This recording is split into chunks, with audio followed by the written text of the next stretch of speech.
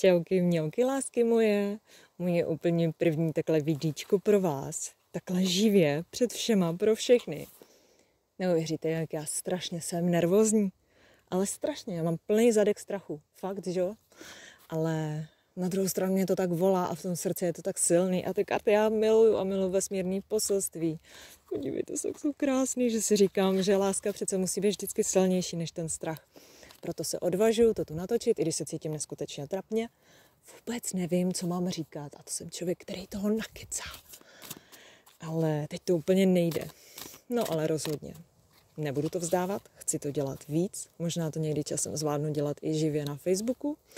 Prozatím jsem svolná na různý videjka, když se mi někdo ozvete, můžu vám udělat osobní výklad, dělám strašně zajímavý výklady a je to vždycky tak jako osobitě pro tu bytost. Jo, ale teďka jsem se rozhodla to dělat tak jako kolektivně, abyste mě taky trošku poznali, abych já měla možnost taky poznat vás, protože já prostě neskutečně miluju nový lidičky, stávající lidičky, který mám, svoji rodinu, miluju prostě úplně všechny. Já vím, že jsme všichni plní stresu, strachu, smutku, zrady a já nevím čeho všeho, prostě taky jsou lidi, kteří se mnou hýbou, neříkám, že ne, to se tak prostě někdy stává, ale věřím, že jsme všichni jedno a že všichni prostě si ukazujeme ty nejslabší i ty nejsilnější stránky a to je na tom krásný, takže když budete chtít, se mi ozvěte a budeme společně hledat. Já jsem totiž motivátor celoživotní a to mi jde fakt dobře. Já celý život motivuju všechny a všichni vedle mě kvetou, rostou, posouvají se a já se dělám na zadku a nehýbu se, protože jenom motivuju ostatní. Teďka jsem se rozhodla motivovat ostatní, ale dělat i to, co miluju a motivovat taky konečně sebe. Takže budu moc ráda za podporu od vás, od přátel i od nových bytostí, kteří budou milovat to, co já. Přírodu, zvířátka, kytičky, lidičky, lásku, prostě vášeň, touhu, karty, všechny tyhle ty věci, dokonce i pravdu a negativní věci, které se budeme snažit prostě nějakým způsobem pochopit, překonat, všechny ty strachy, si dát někam do batůžku a překonat je láskou. Takže všechny, který bude volat moje energie, tak se na vás nesmírně těším. Bude to určitě výzva, ne vždycky to bude snadný, ale my to spolu zvládneme, protože láska je vždycky to nejkrásnější, co nás může čekat. Takže už to nebudu okecávat, protože jsem nervózní, tak zase moc mluvím.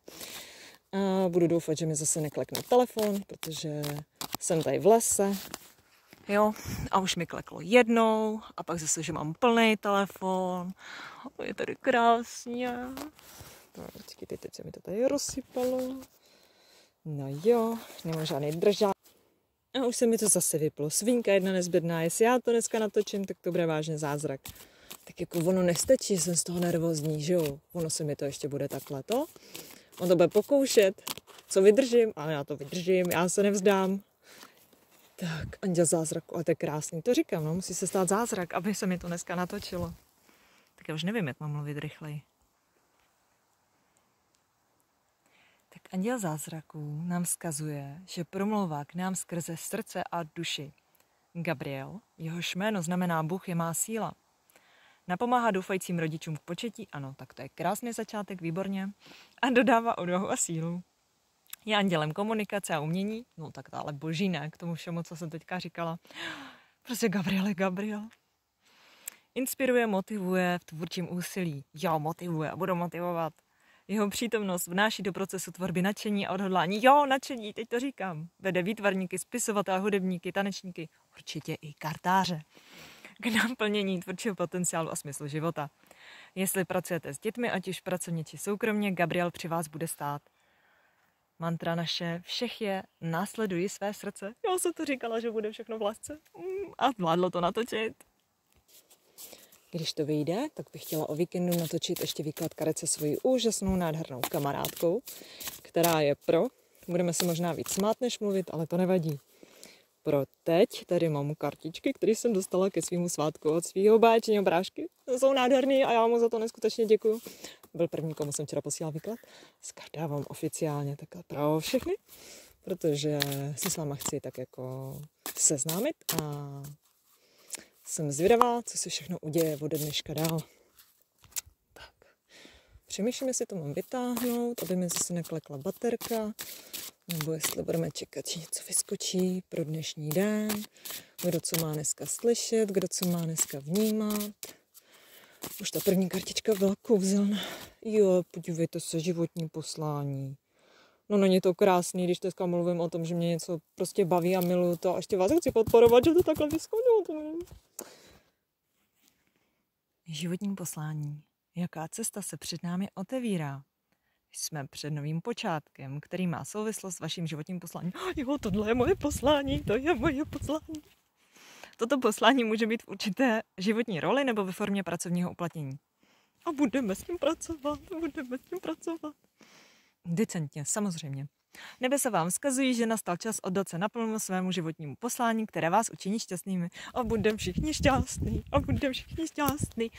Vzkazují nám to nebesa. Pardon, nemám radost. Tak se uklidním. Pro ty, kteří znají, to bude počátek nové životní etapy.